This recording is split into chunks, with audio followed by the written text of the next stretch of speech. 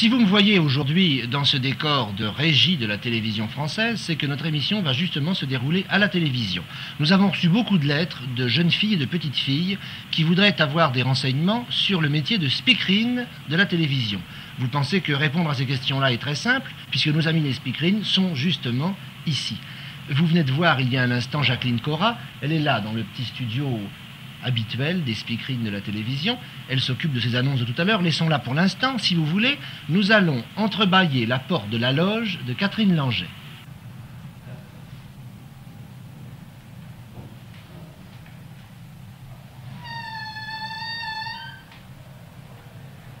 Bonjour Catherine Langeais. Bonjour Pierre. La porte vient de grincer comme dans les films policiers. Catherine, nous avons beaucoup de correspondances qui nous demandent de parler de ce métier de speakerine. Qu'est-ce que c'est que cette profession de speakerine? Alors là, je vous arrête tout de suite parce que je trouve que le mot profession est parfaitement impropre en ce qui concerne les speakerines. En effet, je crois plutôt qu'il s'agit d'un rôle que nous jouons dans un grand ensemble, un grand spectacle en quelque sorte, qui est la télévision. Il y a donc un certain nombre de ces rôles de speakerine. Une fois que les places sont pourvues, bien il n'y en a plus d'autres, à moins que l'une d'entre nous ne tombe malade ou ne disparaisse, ou pour des raisons que nous ne pouvons pas imaginer pour l'instant. Mais sans cela, il n'y a pas à pourvoir de place. Il faut que tout le monde se dise bien qu'on ne vient pas là en disant je veux être speakerine, puis demain on va l'être. Non, c'est impossible.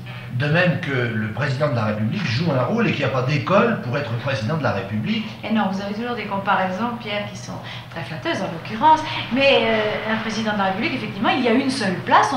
On est peut-être candidat à la présidence de la République tous les 7 ans, ça peut arriver, mais enfin, d'une façon générale, on n'a pas à élire de président de la République comme ça. Et puis là, d'ailleurs, c'est une profession qui ne dure que 7 ans. Que 7 ans, oui. Oui, alors, à cette occasion-là, je veux dire, il va falloir que je me fasse réélire, parce que ça fait 7 ans que je suis speakerine. Oh, mais Catherine, on va vous réélire à l'unanimité, vous savez, on avait l'impression que vous n'étiez là que depuis 8 jours. Eh non. Dites-moi, cette profession, cependant, elle existe quand même. C'est une profession... profession qui existe pour une demi-douzaine de jeunes femmes en France. Oui. Et est-ce que c'est une profession très plaisante et très facile? Eh bien écoutez, plaisante dans un certain sens, facile pas très, et déplaisante par d'autres points. Plaisante parce que vraiment, elle nous acquiert la sympathie de beaucoup de gens, et c'est vraiment très très gentil. Quand nous nous promenons dans la rue, nous rencontrons des milliers de personnes qui nous disent « nous vous aimons bien », puis ceux qui ne nous aiment pas ne nous abordent pas, c'est déjà quelque chose, car il y a forcément des gens qui ne nous aiment pas. Mais enfin, ceci, de ce côté-là, est plaisant. Par ailleurs, ce qui est déplaisant, c'est tout de même tous les inconvénients. Nous avons de la lumière dans les yeux, et une lumière extrêmement violente, même lorsque sur l'écran on a l'impression qu'on n'est pas très éclairé. Il y a les heures que nous passons dans les studios avant les émissions, il y a la mémoire tout de même qu'il faut avoir, parce qu'il faut tout de même retenir les horaires. Enfin, il y a 1000 choses qui ne sont pas toujours plaisantes, et puis pour ne rien vous cacher, c'est une profession qui n'est pas tellement bien payée. Mais dites-moi Catherine, il doit y avoir aussi un point très délicat, ce sont les annonces que vous devez faire brusquement quand il y a un incident. Oui. Vous êtes prévenu très à l'avance de ça? Pas du tout, l'incident il arrive brusquement, notre annonce elle doit être très brusque aussi. Eh bien écoutez Catherine, on va faire une expérience, on va demander à la régie finale de faire une annonce d'excuses qui ne passera pas sur antenne, Dieu merci, une fausse annonce d'excuses et de la faire par Jacqueline Cora qui est justement de service en ce moment. Jacqueline, représentant programme. J'écoute. Le reportage que nous devions retransmettre depuis Saint-Étienne à 15 h est annulé par suite du mauvais temps. Alors voulez-vous faire une annonce d'excuses auprès de nos téléspectateurs et leur annoncer à la place un film qui s'appellera La chasse au canard, un court-métrage évidemment. Bon. Alors attention, vous aurez les indications pour le rouge. D'accord.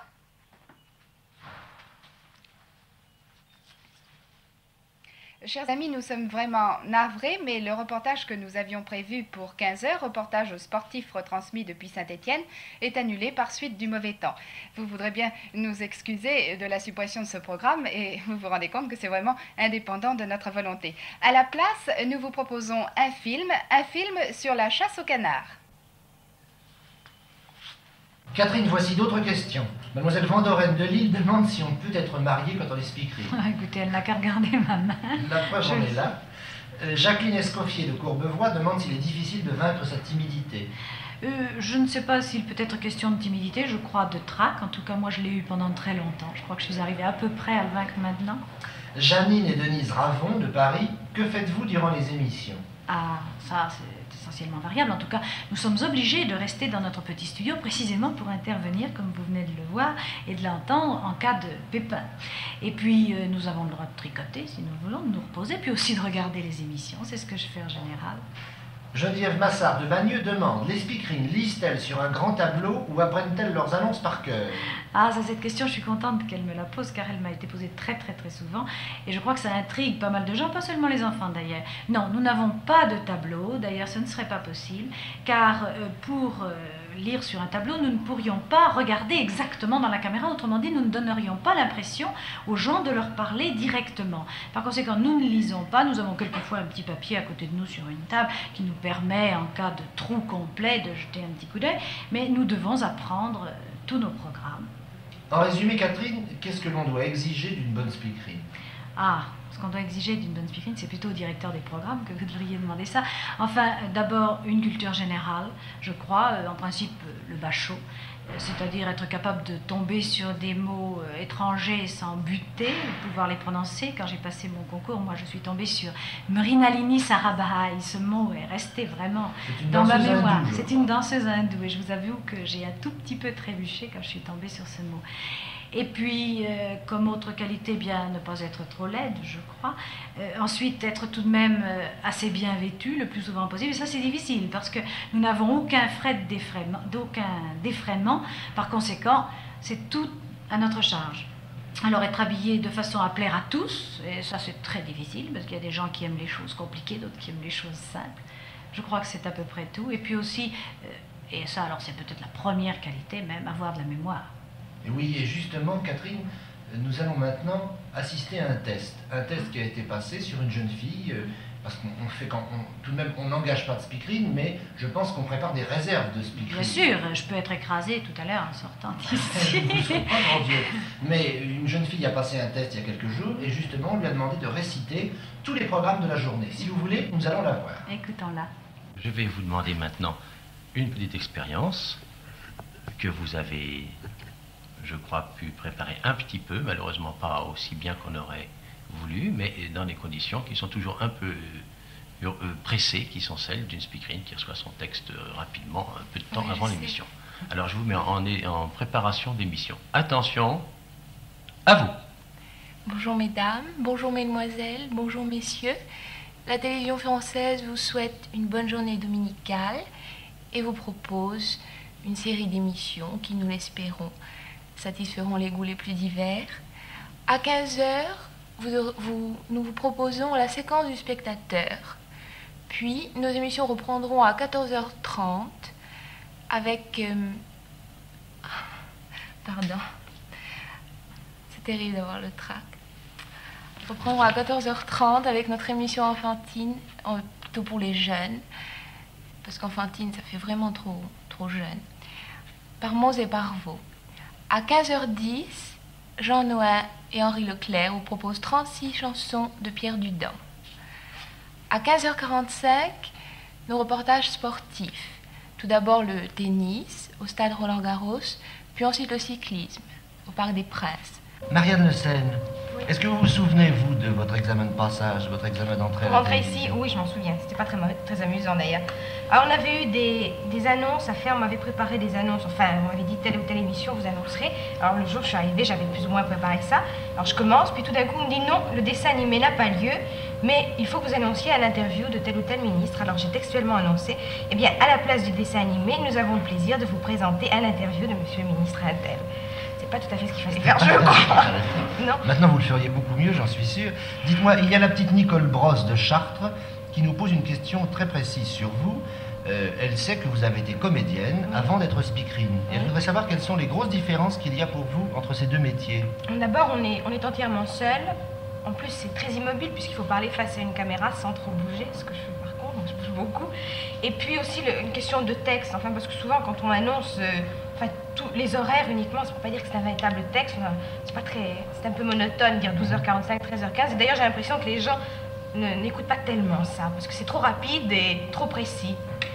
Bien, bien, bien. Et puis ce qu'il y a aussi sans doute, c'est que la comédienne est obligée d'interpréter un personnage qui n'est pas elle en général, tandis que là vous vous efforcez d'être le plus possible Oui, ce que je suis. Marianne Le Sens dans la vie. Oui, exactement d'ailleurs. Et il y a aussi une question très intéressante, c'est Géraldine Mabouk et d'autres petites filles d'ailleurs qui nous demandent quel est le maquillage que vous employez. Il y a 20 ans, on faisait un maquillage très compliqué avec du rouge, du vert, Il y a du 20 noir. ans, vous n'étiez pas là pour le savoir. Marianne. Non, quand même pas. Mais alors maintenant, ça dépend un peu. Catherine se maquille avec, je sais pas, je crois qu'elle a une sorte de fond de teint. Jacqueline aussi. Moi, je mets plutôt de la poudre. Enfin, ça dépend aussi une question de peau et de ce que ça donne à l'électronique. Oui, c'est-à-dire qu'il y a des maquilleuses qui ont dû faire des essais C'est ça. précis sur chacune d'entre vous. Et la blonde et la brune n'utilisent pas, bien sûr, les même mêmes chose. produits. On peut vous voir vous maquiller? Oui. On entre dans le secret, là. C'est pas très facile à faire, je le fais très mal.